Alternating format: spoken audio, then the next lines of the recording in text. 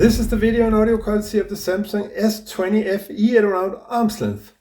And this is the video and audio quality of the Samsung again at around 2 meters distance, and we're shooting in 4K 60 frames a second. And this is the video and audio quality of the Samsung S20 FE at around 6 to 4 meters distance using its ultra-wide lens, and that's a pretty darn wide lens. It's only able to record 4K in 30 frames a second on that lens. Keep that in mind. And this is how it looks if you want to use the Samsung S20 FE's selfie cam, 4K 60 frames a second, with some daylight coming in from over there. Behold, lo and behold, what do you think about the quality? Okay, so this is a test of dynamic range and contrast. First look for the contrast. How well do you think it deals with these various changing lighting situations, with a somewhat dark grass to the colorful foreground and then the bright sun, of course.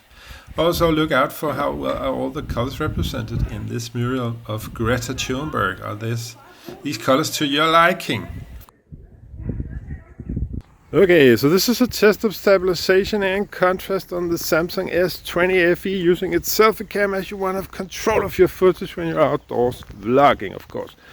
We're shooting only at 1080p, but that's because the phone restricts stabilization mode to be put onto this mode and not on the 4K mode for some reason. Right now I'm in this very light or semi-light sunlight today, and I'm going into a dark tunnel. And what you want to look out for here is how well does it keep some light to my face without blowing up the background, or what?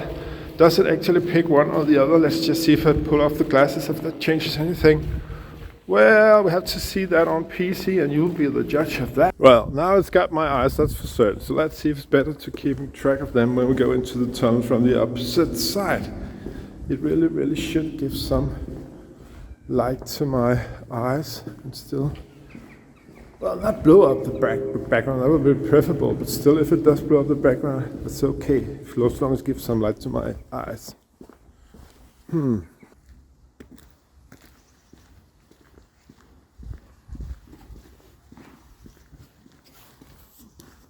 And now we're shooting with the back camera at 60 frames a second and 4K. That it has actually got stabilization on this mode setting for some reason, and not reducing it to like full HD. But this is the most stabilized you can get at all on the Samsung S20 FE without a doubt.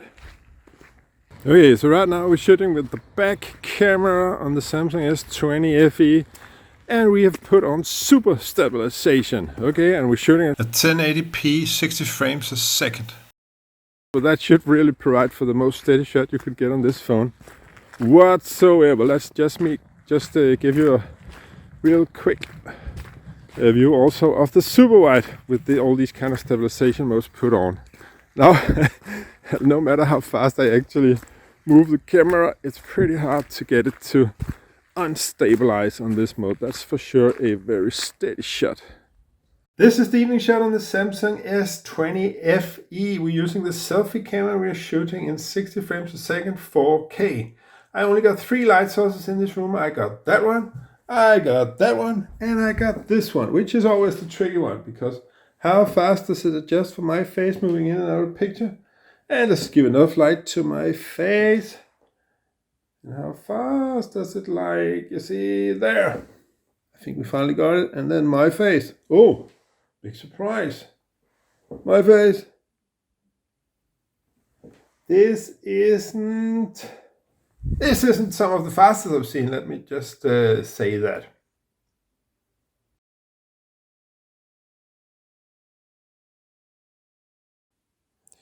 Okay, so this is an indoor shot in the evening, and I only got that light on. I just want to show you this.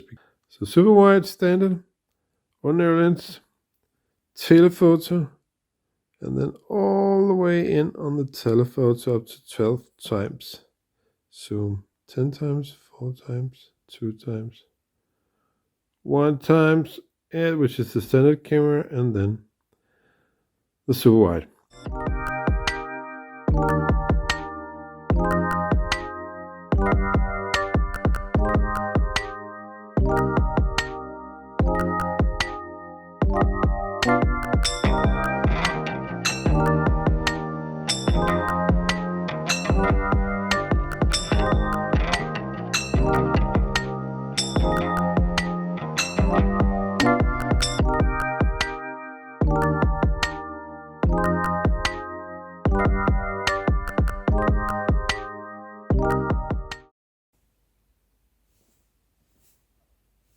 This is just some of the fastest focusing I've seen on a phone, period.